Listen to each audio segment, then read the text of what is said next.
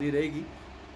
तो ये सारा जो वीडियोज़ होणगियां ये पूरी डिटेल तो नहीं हैगी, लेकिन एक ब्रीफ समरीज़ के तौर के उत्ते मैं लैक्चरस ये पा रहा। तो वो ताकि जे किसी ने बाद पढ़ के उसको थोड़ा बहुता समझ लेगा तो बाद च अपने डाउट्स भी क्लीयर कर सकता है। ठीक है, तो वो लिंक मैं बार बार ग्रुप से शेयर किए करता रहूँगा। ठीक, तो नैक्सट है बेटा साढ़े को जो टॉपिक है दैट इज़ कॉमनल अवार्ड। ਜਿਹੜਾ कॉमनल अवार्ड है जिसनों ਅਸੀਂ मैकडॉनल्ड अवार्ड भी कह ਦਿੰਦੇ हैं, क्योंकि वो मैकडॉनल्ड ने अनाउंस किया।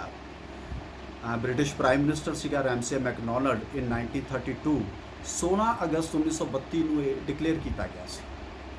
ਉਹਦੀ ਜਿਹੜੀ ਇੱਕ ਬੈਕਗਰਾਉਂਡ ਹੈ ਅਸੀਂ ਉਹਨੂੰ ਬੇਟਾ ਪਹਿਲਾਂ ਥੋੜਾ ਜਿਹਾ ਸਮਝ ਲਈਏ ਕਿ ਹਜੇ ਤੱਕ ਅਸੀਂ ਜੋ ਦੇਖ ਰਹੇ ਹਾਂ ਕਿ ਇੰਡੀਅਨ ਹਿਸਟਰੀ ਦੇ ਵਿੱਚ 20ਵੀਂ ਸਦੀ ਦੇ ਅੰਦਰ ਕੀ ਚੱਲ ਰਿਹਾ ਹੈ ਕਿ 1909 ਦੇ ਵਿੱਚ ਇੱਕ ਕਾਨੂੰਨ ਪਾਸ ਕੀਤਾ ਜਾਂਦਾ ਹੈ ਜਿਹਦੇ ਵਿੱਚ ਮੁਸਲਿਮਸ ਦੇ ਲਈ, ਜਿਸ ਨੂੰ ਅਸੀਂ 1909 ਦਾ ਐਕਟ ਜਾਂ ਮੋਰਲੇ ਮਿੰਟੋ ਰਿਫਾਰਮਸ ਵੀ ਕਹਿੰਦੇ ਆ, ਉਹਦੇ ਵਿੱਚ ਮੁਸਲਿਮਸ ਦੇ ਲਈ ਕੁਝ ਸੀਟਾਂ ਰਿਜ਼ਰਵ ਕੀਤੀਆਂ ਜਾਂਦੀਆਂ।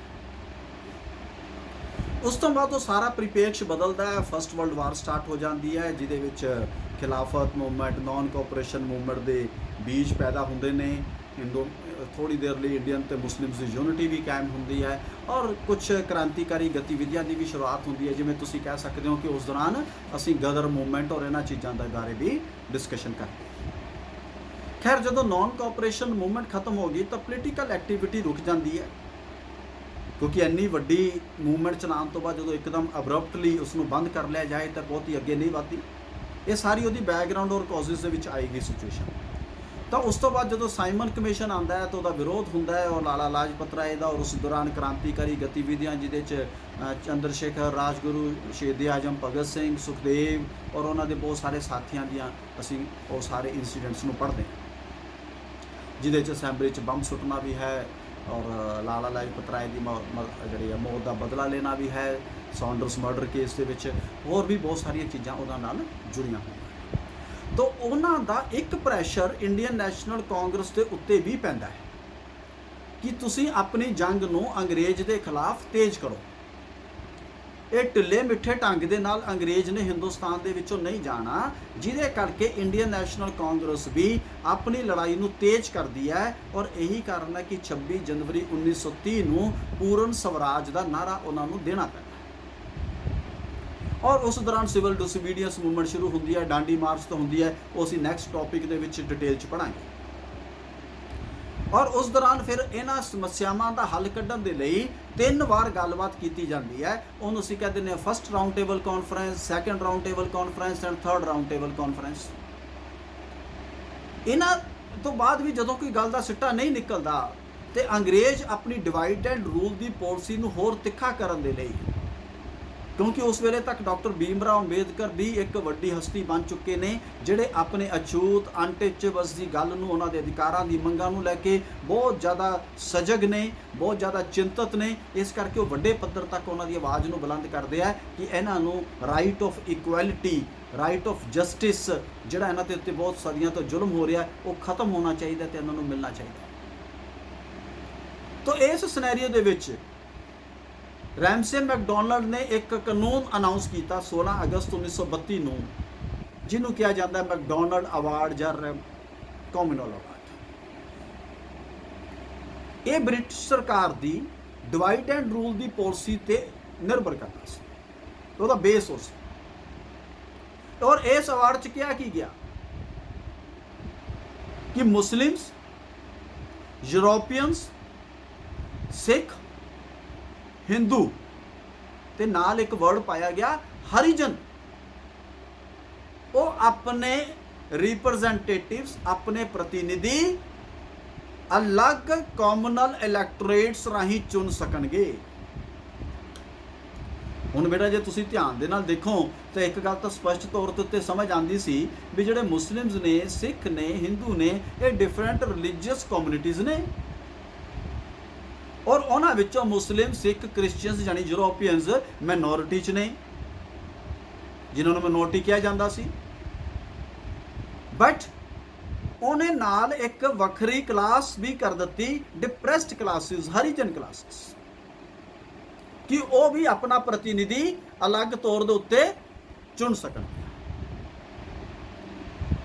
इस गल का ਬਹੁਤ ਸਾਰੇ ਲੋਕਾਂ ਨੇ ਵਿਰੋਧ ਕੀਤਾ, ਖਾਸ ਤੌਰ ਦੇ ਉੱਤੇ ਮਹਾਤਮਾ ਗਾਂਧੀ ਨੇ, ਕਿ ਇਹ ਹਿੰਦੁਸਤਾਨ ਦੀ ਏਕਤਾ ਨੂੰ ਤੋੜਨ ਦੀ ਸਾਜ਼ਿਸ਼ ਹੈ, ਇਹ ਹਿੰਦੁਸਤਾਨ ਦੇ ਸਮਾਜ ਨੂੰ ਤੋੜਨ ਦੀ ਸਾਜ਼ਿਸ਼ ਹੈ। ਔਰ ਉਹ ਉਸ ਵੇਲੇ ਕੈਦ ਸਨ ਪੂਨਾ ਦੀ ਜਾਰਵਦਾ ਜੇਲ੍ਹ ਦੇ ਵਿੱਚ, ਤਾਂ ਉਹਨਾਂ ਨੇ ਉੱਥੇ ਹੀ ਇਨਡੈਫੀਨਿਟ ਫਾਸਟ ਸਟਾਰਟ ਕਰ ਦਿੱਤਾ, ਮਰਨ ਵਰਤ ਜਿਹਨੂੰ ਕਹਿੰਦੇ, ਕਿ ਮੈਂ ਉਨੀ ਦੇਰ ਤੱਕ ਨਹੀਂ ਉੱਠਣਾ। ਬਹੁਤ ਸਾਰੀਆਂ ਗੱਲਾਂ ਬਾਤਾਂ ਚੱਲੀਆਂ, ਵਿਚਾਰ ਵਟਾਂਦਰੇ ਹੋਏ। ਉਹ ਮੈਂ ਉਸ ਗੱਲ ਦੀ ਚਰਚਾ ਤੁਹਾਡੇ ਨਾਲ ਪਿਛਲੇ ਲੈਕਚਰ ਦੇ ਦੌਰਾਨ ਵੀ ਕੀਤੀ ਸੀ। ਬਹੁਤ ਸਾਰੇ ਕਾਂਗਰਸਮੈਨ ਨੇ ਡਾਕਟਰ BM ਰਾਓ ਅੰਬੇਦਕਰ ਨੂੰ ਅਪਰੋਚ ਕੀਤਾ ਵੀ ਤੁਸੀਂ ਹੀ ਹੋ ਜਿਹੜਾ ਇਸ ਸਮੱਸਿਆ ਦਾ ਕੋਈ ਹੱਲ ਕੱਢ ਸਕਦੇ ਹੋ, ਤੇ ਤੁਸੀਂ ਗਾਂਧੀ ਜੀ ਨਾਲ ਮਿਲ ਕੇ ਇਹਦਾ ਸਮੱਸਿਆ ਦਾ ਹੱਲ ਕੱਢੋ, ਕਿਉਂਕਿ ਡਿਪਰੈਸਡ ਕਲਾਸਿਸ, ਅਪਰੈਸਡ ਕਲਾਸਿਸ, ਹਰੀਜਨਸ ਦਾ ਉਸ ਵੇਲੇ ਅਗਰ ਕੋਈ ਸਭ ਤੋਂ ਵੱਡਾ ਨੇਤਾ ਸੀ ਤਾਂ ਉਹ ਡਾਕਟਰ BM ਰਾਓ ਅੰਬੇਦਕਰ ਸਨ। ਤਾਂ ਇਸ ਕਰਕੇ ਜਦੋਂ ਡਾਕਟਰ BM ਰਾਓ ਅੰਬੇਦਕਰ ਦੇ ਗਾਂਧੀ ਜੀ ਦੀ ਮੁਲਾਕਾਤ ਹੋਈ, ਉਹਨੂੰ ਬੇਟਾ ਅਸੀਂ ਡਿਟੇਲ ਦੇ ਵਿੱਚ ਪੜ੍ਹਿਆ ਕਿ ਅਸੀਂ ਕਿਸ ਤਰੀਕੇ ਦੇ ਨਾਲ ਉਹਨਾਂ ਦੇ ਵਿੱਚ ਡਿਸਕਸ਼ਨ ਹੋਈ, ਔਰ ਉਸ ਡਿਸਕਸ਼ਨ ਤੋਂ ਬਾਅਦ ਇਹ ਫੈਸਲਾ ਕੀਤਾ ਗਿਆ ਕਿ ਜਿਹੜਾ ਹੈਗਾ ਇਹ ਕਾਮਨਲ ਅਵਾਰਡ ਨੂੰ ਐਕਸੈਪਟ ਨਹੀਂ ਕੀਤਾ ਜਾਏਗਾ, ਔਰ ਡਿਪਰੈਸਡ ਕਲਾਸਿਸ ਦੇ ਅਧਿਕਾਰਾਂ ਦੀ ਰੱਖਿਆ ਦੇ ਹੇਤੂ ਉਹਨਾਂ ਦੇ ਇੰਟਰਸਟ ਨੂੰ ਵਾਚ ਕਰਨ ਦੇ ਲਈ ਕੀ ਕੀਤਾ ਜਾਏਗਾ, ਅਲੱਗ ਤੌਰ ਦੇ ਉੱਤੇ ਉਹਨਾਂ ਨੂੰ ਕਾਂਗਰਸ ਦੇ ਅੰਦਰ ਹੀ ਉਹਨਾਂ ਦੀਆਂ ਸੀਟਾਂ ਨੂੰ ਰਿਜ਼ਰਵ ਕੀਤਾ ਜਾਏਗਾ। ਇਹ ਬੇਟਾ ਉਹਦੇ 'ਚ ਉਸ ਦੀ ਡਿਸਕਸ਼ਨ ਸਾਰੀ ਪਿਛਲੇ ਟੌਪਿਕ ਦੇ ਵਿੱਚ ਵੀ ਕੀਤੀ ਸੀ। ਮੈਨੂੰ ਬਰੀਫ 'ਚ ਫੇਰ ਦੱਸ ਦਿੰਦਾ ਕਿ ਉਸ ਵਿੱਚ ਡਿਸਕਸ਼ਨ 'ਚ ਕੀ ਹੋਇਆ ਕਿ ਜਦੋਂ ਡਾਕਟਰ BM ਰਾਓ ਅੰਬੇਦਕਰ ਗਾਂਧੀ ਜੀ ਨੂੰ ਮਿਲਣ ਦੇ ਲਈ ਗਏ, ਤਾਂ ਉਹ ਗਾਂਧੀ ਜੀ ਨੇ ਗੱਲ ਕੀਤੀ ਵੀ ਹਰੀਜਨਸ ਦੀ ਭਲਾਈ ਦੇ ਲਈ ਇਸ ਯੂਨਿਟੀ ਦਾ, ਸੁਸਾਇਟੀ ਦਾ ਇਕੱਠਾ ਰਹਿਣਾ ਜ਼ਰੂਰੀ ਹੈ। ਡਾਕਟਰ BM ਰਾਓ ਅੰਬੇਦਕਰ ਨੇ ਆਪਣੇ ਖਦਸ਼ੇ ਜ਼ਾਹਰ ਕੀਤੇ ਵੀ ਕਿਤੇ ਐਂ ਨਾ ਹੋਵੇ ਵੀ ਜਿਹੜੀਆਂ ਸਾਡੀਆਂ ਓਪਰੈਸਡ ਕਲਾਸਿਸ ਨੇ ਉਹਨਾਂ ਦੇ ਹਿੱਤਾਂ ਦੀ ਰੱਖਿਆ ਨਾ ਹੋ ਸਕੇ, ਔਰ ਉਹਨਾਂ ਨੇ ਕਿਹਾ ਕਿ ਉਹਨਾਂ ਦੇ ਉੱਤੇ ਕਿੰਨਾ ਜ਼ੁਲਮ ਹੁੰਦਾ, ਕਿੰਨਾ ਅਤਿਆਚਾਰ ਹੁੰਦਾ, ਇਹ ਮੈਂ ਸਾਰਾ ਆਪ ਸਹਿੰਦਾ ਆਇਆ, ਕਿਉਂਕਿ ਮੈਂ ਖੁਦ ਅਨਟਚੇਬਲਸ ਦੇ ਤੌਰ ਦੇ ਉੱਤੇ ਮੇਰੇ ਨਾਲ ਉਹ ਵਿਵਹਾਰ ਹੋਇਆ। ਤੇ ਗਾਂਧੀ ਜੀ ਨੇ ਕਿਹਾ ਸੀ ਕਿ ਮੈਂ ਅਨਟਚੇਬਿਲਿਟੀ ਨੂੰ ਅਡੋਪਟ ਕੀਤਾ, ਮੈਂ ਉਹਨਾਂ ਦੀ ਪੀੜਾ ਤੇ ਦਰਦ ਨੂੰ ਮੈਂ ਸਮਝਦਾ, ਔਰ ਉਹਨਾਂ ਦੇ ਵਿੱਚ ਜਾ ਕੇ ਮੈਂ ਆਪਣੇ ਆਪ ਨੂੰ ਕਿਹਾ ਮੈਂ ਜ਼ਿੰਦਗੀ ਬਤੀਤ ਕਰੂੰਗਾ, ਕਿਉਂਕਿ ਮੈਂ ਜਿੰਨੀ ਦੇਰ ਤੱਕ ਉਹਨੂੰ ਖੁਦ ਸਹਿਣਾ ਨਹੀਂ ਸਿੱਖੂੰਗਾ ਮੈਂ ਉਹਨਾਂ ਦੀਆਂ ਪੀੜਾਵਾਂ ਨੂੰ ਦੂਰ ਨਹੀਂ ਕਰ ਸਕਦਾ। ਡਾਕਟਰ BM ਰਾਓ ਅੰਬੇਦਕਰ ਨੇ ਕਿਹਾ ਕਿ ਮੇਰਾ ਤਾਂ ਜ਼ਿੰਦਗੀ ਦਾ ਲਕਸ਼ ਹੀ ਇਹ ਹੈ ਵੀ ਅਪਰੈਸਡ ਕਲਾਸਿਸ ਦਾ ਉਧਾਰ ਹੋ ਸਕੇ, ਸੁਧਾਰ ਹੋ ਸਕੇ। ਤੇ ਮਹਾਤਮਾ ਗਾਂਧੀ ਨੇ ਆਸ਼ਵਾਸਨ ਦਿੱਤਾ ਕਿ ਮੇਰੀ ਵੀ ਜ਼ਿੰਦਗੀ ਦਾ ਔਰ ਇੰਡੀਅਨ ਨੈਸ਼ਨਲ ਕਾਂਗਰਸ ਦਾ ਪ੍ਰਾਈਮ ਆਬਜੈਕਟਿਵ ਰਹੇਗਾ। ਤੇ ਉਹਨੇ ਕਿਹਾ ਵੀ ਜੇ ਤੁਹਾਡਾ ਵੀ ਇਹ ਇਰਾਦਾ ਹੈ ਤੇ ਫਿਰ ਮੈਨੂੰ ਇਸ ਦੇ ਉੱਤੇ ਕੋਈ ਇਤਰਾਜ਼ ਨਹੀਂ ਹੈ, ਕਿਉਂਕਿ ਮੈਨੂੰ ਮੇਰਾ ਉਦੇਸ਼ ਪੂਰਨ ਹੋਣਾ ਨਜ਼ਰ ਆਉਣਾ ਚਾਹੀਦਾ। And he agreed. ਔਰ ਇੱਕ ਬਹੁਤ ਵੱਡਾ ਬਲੀਦਾਨ ਸੀ ਡਾਕਟਰ BM ਰਾਓ ਅੰਬੇਦਕਰ ਦਾ, ਔਰ ਮਹਾਤਮਾ ਗਾਂਧੀ ਦੀ ਦੂਰਦਰਸ਼ਤਾ ਸੀ ਕਿ ਜਿਨ੍ਹਾਂ ਨੇ ਉਸ ਵੇਲੇ ਦੇ ਪੂਰੇ ਹਿੰਦੁਸਤਾਨ ਦੇ ਸਮਾਜ ਨੂੰ ਟੁੱਟਣ ਤੋਂ ਬਚਾ ਲਿਆ। ਔਰ ਅੰਗਰੇਜ਼ ਦੇ ਇਸ ਮੈਕਡੋਨਲਡ ਅਵਾਰਡ ਦੇ ਖਿਲਾਫ ਉਹਨਾਂ ਨੇ ਇਹ ਆਪਣਾ ਸਮਝੌਤਾ ਜਿਹੜਾ ਸੀਗਾ ਸਾਹਮਣੇ ਰੱਖਿਆ, ਔਰ ਉਹਨਾਂ ਦੇ ਇਸ ਸਮਝੌਤੇ ਨੂੰ ਬੇਟਾ ਅਸੀਂ ਕਹਿ ਦਿੰਦੇ ਆ ਪੂਨਾ ਪੈਕਟ। ਕੀ ਕਹਿ ਦਿੰਦੇ ਅਸੀਂ ਉਸ ਨੂੰ? ਪੂਨਾ ਪੈਕਟ। ਔਰ ਅਲਟੀਮੇਟਲੀ ਅੰਗਰੇਜ਼ ਸਰਕਾਰ ਨੇ ਵੀ ਇਸ ਪੂਨਾ ਪੈਕਟ ਨੂੰ ਪ੍ਰਵਾਨ ਕੀਤਾ, ਔਰ ਇਸ ਪੂਨਾ ਪੈਕਟ ਨੂੰ ਪ੍ਰਵਾਨ ਕਰਦੇ ਹੋਏ 148 ਸੀਟਾਂ ਅਲੱਗ-ਅਲੱਗ ਪ੍ਰਾਂਤਾਂ ਦੀਆਂ ਸੰਵਿਧਾਨਿਕ ਸੰਸਥਾਵਾਂ ਦੇ ਵਿੱਚ ਡਿਪਰੈਸਡ ਕਲਾਸਿਸ ਦੇ ਲਈ ਨਿਸ਼ਚਿਤ ਕੀਤੀਆਂ, ਜਦੋਂ ਕਿ ਕਾਮਨਲ ਅਵਾਰਡ ਦੇ ਵਿੱਚ ਸਿਰਫ 71 ਸੀਟਾਂ ਦਿੱਤੀਆਂ ਜਾ ਰਹੀਆਂ ਸਨ। ਔਰ ਇਸ ਐਗਰੀਮੈਂਟ ਦੇ ਰਾਹੀਂ ਉਹਨਾਂ ਦੀ ਗਿਣਤੀ ਨੂੰ ਵਧਾਇਆ ਗਿਆ, ਕਿਉਂਕਿ ਮਕਸਦ ਕਿਸੇ ਵਿਅਕਤੀ ਨੂੰ ਖਾਸ ਬੈਨੀਫਿਟ ਦੇਣ ਦਾ ਨਹੀਂ ਸੀ, ਮਕਸਦ ਓਪਰੈਸਡ ਔਰ ਡਿਪਰੈਸਡ ਕਲਾਸਿਸ ਦੇ ਸੁਧਾਰਾਂ ਦਾ ਸੀ, ਉਹਨਾਂ ਦੀ ਰਾਈਟ ਆਫ ਇਕੁਐਲਿਟੀ ਵੱਲ ਵਧਣ ਦਾ ਸੀ, ਰਾਈਟ ਆਫ ਜਸਟਿਸ ਉਹਨਾਂ ਨੂੰ ਮਿਲ ਸਕੇ, ਇਸ ਕੰਮ ਦਾ ਸੀ, ਔਰ ਪਲੱਸ ਇੱਕ ਹਿੰਦੁਸਤਾਨ ਦੇ ਸਮਾਜ ਨੂੰ ਇਕੱਠਾ ਰੱਖਣ ਦਾ ਸੀ। ਤੋ ਇਸ ਤਰੀਕੇ ਦੇ ਨਾਲ ਇਸ ਕਾਮਨਲ ਅਵਾਰਡ ਔਰ ਪੂਨਾ ਪੈਕਟ ਨੇ ਉਸ ਵੇਲੇ ਦੀ ਹਿੰਦੁਸਤਾਨ ਦੀ ਆਜ਼ਾਦੀ ਦੀ ਲੜਾਈ ਦੇ ਵਿੱਚ ਬੇਟਾ ਇੱਕ ਬਹੁਤ ਵੱਡਾ ਰੋਲ ਜਿਹੜਾ ਹੈਗਾ ਉਹ ਪਲੇ ਕੀਤਾ। ਅਦਰਵਾਈਜ਼ ਉਸ ਵੇਲੇ ਜੇ ਹਿੰਦੁਸਤਾਨੀ ਸਮਾਜ ਟੁੱਟ ਜਾਂਦਾ ਤਾਂ ਆਜ਼ਾਦੀ ਵੀ ਸਾਡੀ ਖਤਰੇ ਦੇ ਵਿੱਚ ਪੈਣੀ ਸੀ, ਔਰ ਨਾਲ ਦੀ ਨਾਲ ਜਿਹੜਾ ਹਿੰਦੁਸਤਾਨ ਦੇ ਸਮਾਜ ਦੇ ਵਿੱਚ ਟੁੱਟਣ ਦੇ ਨਾਲ ਹੋਰ ਕਈ ਮੁਸੀਬਤਾਂ ਪੈਦਾ ਹੋਣੀਆਂ ਸੀ, ਉਹਦਾ ਸ਼ਾਇਦ ਅਸੀਂ ਅੰਦਾਜ਼ਾ ਨਹੀਂ ਲਗਾ ਸਕਦੇ। ਠੀਕ ਹੈ ਬੇਟਾ। तो ਇਹ ਉਹਦੀ ਇੱਕ ਮੈਂ ਫਰਦਰ ਬਰੀਫਿੰਗ ਕੀਤੀ ਹੈ ਜੋ ਆਲਰੇਡੀ ਅਸੀਂ ਡਿਟੇਲ ਦੇ ਵਿੱਚ ਪੜ੍ਹ ਲਈ। ਠੀਕ, तो ਉਸ ਤੋਂ ਬਾਅਦ ਅਸੀਂ ਉਹਦੇ ਨਾਲ ਹੀ ਇੱਕ ਦੂਸਰਾ ਟੌਪਿਕ ਆਪਣਾ ਅੱਜ ਉਹਦੀ ਇੱਕ ਇੰਟਰੋਡਕਸ਼ਨ ਸਮਝਾਂਗੇ ਤੇ ਫਿਰ ਉਹਨੂੰ ਡਿਟੇਲ ਦੇ ਵਿੱਚ ਪੜ੍ਹਾਂਗੇ। ਉਹ ਹੈ ਬੇਟਾ ਸਿਵਲ ਡਿਸਓਬੀਡੀਐਂਸ ਮੂਵਮੈਂਟ, ਜਿਹਨੂੰ ਅਸੀਂ ਕਹਿ ਦਿੰਦੇ ਹਾਂ ਸਵਿਨਿਆ ਅਵਗਿਆ ਅੰਦੋਲਨ। 1930 ਦੇ ਵਿੱਚ ਬੇਟਾ ਇਹ ਸਟਾਰਟ ਹੁੰਦਾ ਹੈ ਸਵਿਨਿਆ ਅਵਗਿਆ ਅੰਦੋਲਨ, ਔਰ ਉਹਦੀਆਂ 3 ਰਾਊਂਡ ਟੇਬਲ ਕਾਨਫਰੰਸਿਸ ਤੋਂ ਬਾਅਦ ਉਹ ਕਾਮਨਵੈਲਥ ਦੇ ਨਾਲ ਜੋ ਪੂਨਾ ਪੈਕਟ, ਉਸ ਤੋਂ ਬਾਅਦ ਜਿਵੇਂ ਇਲੈਕਸ਼ਨਸ ਅਨਾਊਂਸ ਹੋ ਜਾਂਦੇ ਆ 1935 ਦਾ ਕਾਨੂੰਨ ਬਣ ਕੇ ਸਾਹਮਣੇ ਆਉਂਦਾ ਹੈ, ਉਹਦੀ ਬੈਕਗਰਾਊਂਡ ਦੇ ਵਿੱਚ ਸਿਵਲ ਡਿਸਓਬੀਡੀਐਂਸ ਮੂਵਮੈਂਟ ਚੱਲਦੀ ਹੈ।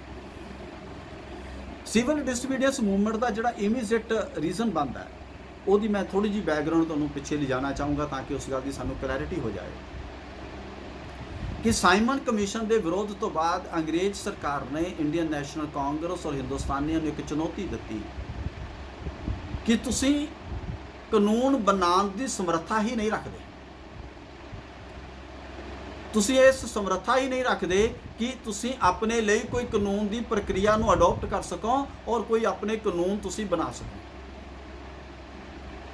ਇਸ ਚੈਲੰਜ ਨੂੰ ਇੰਡੀਅਨ ਨੈਸ਼ਨਲ ਕਾਂਗਰਸ ਨੇ ਐਕਸੈਪਟ ਕੀਤਾ ਔਰ ਅਸੀਂ ਪੜ੍ਹਿਆ ਕਿ 1929 ਦੇ ਵਿੱਚ ਉਹਨਾਂ ਨੇ ਪੰਡਿਤ ਮੋਤੀ ਲਾਲ ਨਹਿਰੂ ਨੇ ਜ਼ਿੰਮੇਵਾਰੀ ਸੌਂਪੀ, ਜਿਹੜੇ ਜਵਾਹਰ ਲਾਲ ਨਹਿਰੂ ਦੇ ਫਾਦਰ ਸੀਗੇ, ਔਰ ਉਹਨਾਂ ਨੇ ਇੱਕ ਰਿਪੋਰਟ ਤਿਆਰ ਕੀਤੀ ਜਿਹਨੂੰ ਬੇਟਾ ਲਿਖ ਲਓ, ਅਸੀਂ ਕਹਿ ਦਿੰਦੇ ਹਾਂ ਨਹਿਰੂ ਰਿਪੋਰਟ।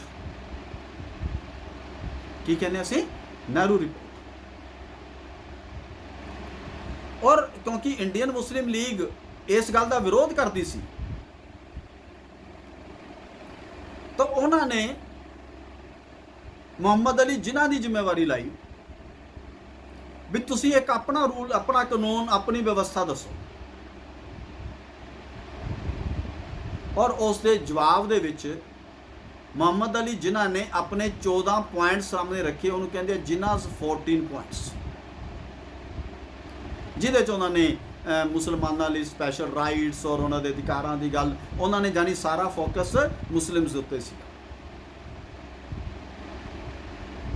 ਤਾਂ ਨੈਚੁਰਲੀ ਕਿ ਅੰਗਰੇਜ਼ ਸਰਕਾਰ ਨੇ ਇਹਨਾਂ ਕਾਨੂੰਨਾਂ ਨੂੰ ਮੰਨਣਾ ਤਾਂ ਸੀਗਾ ਨਹੀਂ, ਉਹਨੇ ਮੰਨਣਾ ਤਾਂ ਕੀ ਸੀਗਾ, ਈਵਨ ਹੋਰ ਜ਼ਿਆਦਾ ਪਾਬੰਦੀਆਂ ਔਰ ਕਾਨੂੰਨ ਜਿਹੜੇ ਦਬਾਉਣ ਦੇ ਲਈ ਲਗਾਉਣੇ ਸ਼ੁਰੂ ਕਰ ਦਿੱਤੇ।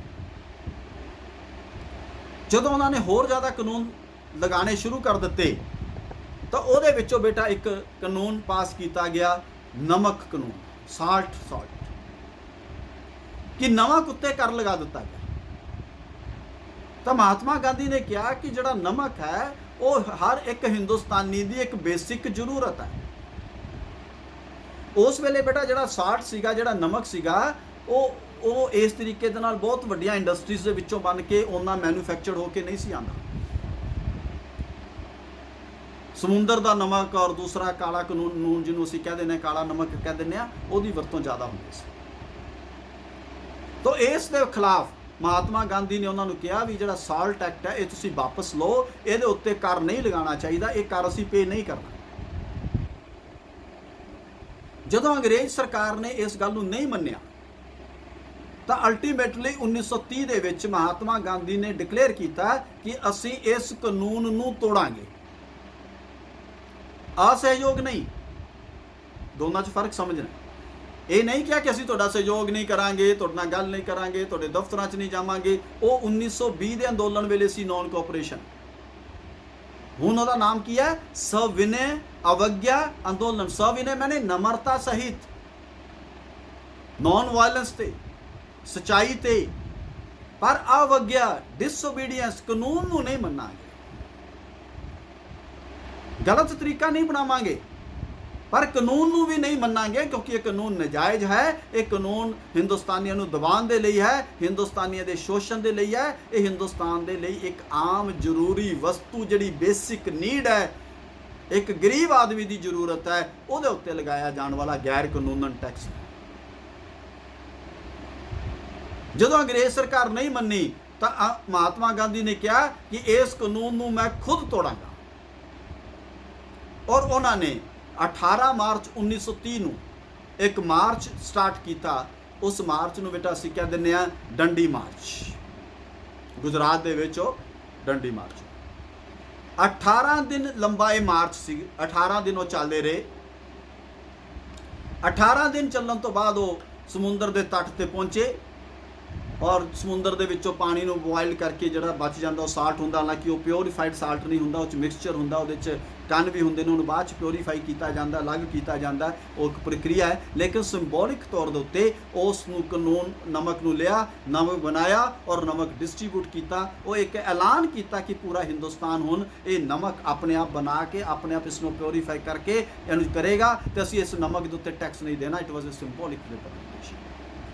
ਤੇ ਜਦੋਂ ਇਹ ਮਾਰਚ ਚੱਲ ਰਿਹਾ ਸੀ ਤਾਂ ਸੈਂਕੜੋਂ ਹਜ਼ਾਰਾਂ ਲੋਕ ਉਹਨਾਂ ਦੇ ਇਸ ਡੰਡੀ ਮਾਰਚ ਦੇ ਵਿੱਚ, ਜਿਹੜਾ ਕਿ ਲਗਭਗ 18 ਦਿਨ ਤੱਕ ਚੱਲਿਆ, ਉਹਦੇ ਵਿੱਚ ਉਹ ਸ਼ਾਮਲ ਹੋਏ ਔਰ ਇਸ ਸਿਵਲ ਡਿਸਓਬੀਡੀਐਂਸ ਮੂਵਮੈਂਟ ਦੀ ਸ਼ੁਰੂਆਤ ਹੋਈ। ਉਸ ਤੋਂ ਬਾਅਦ ਇਹ ਮੂਵਮੈਂਟ ਹੌਲੀ ਹੌਲੀ ਪ੍ਰੋਗਰੈਸ ਹੋਈ ਔਰ ਪ੍ਰੋਗਰੈਸ ਹੋ ਕੇ ਇਹ ਲਗਭਗ 2 ਸਾਲ ਇਹ ਮੂਵਮੈਂਟ ਜਿਹੜੀ ਆ ਉਹ ਚੱਲਦੀ ਰਹੀ। ਔਰ ਇਸ ਦੌਰਾਨ ਫਿਰ ਜਿਹੜੀ ਗੱਲਬਾਤ ਚੱਲੀ ਉਹਨੂੰ ਅਸੀਂ first round, second and third round table conferences ਕਹਿੰਦੇ। ਠੀਕ ਹੈ ਬੇਟਾ, तो ये सी सिविल डिसोबीडियंस मूवमेंट की बैकग्राउंड।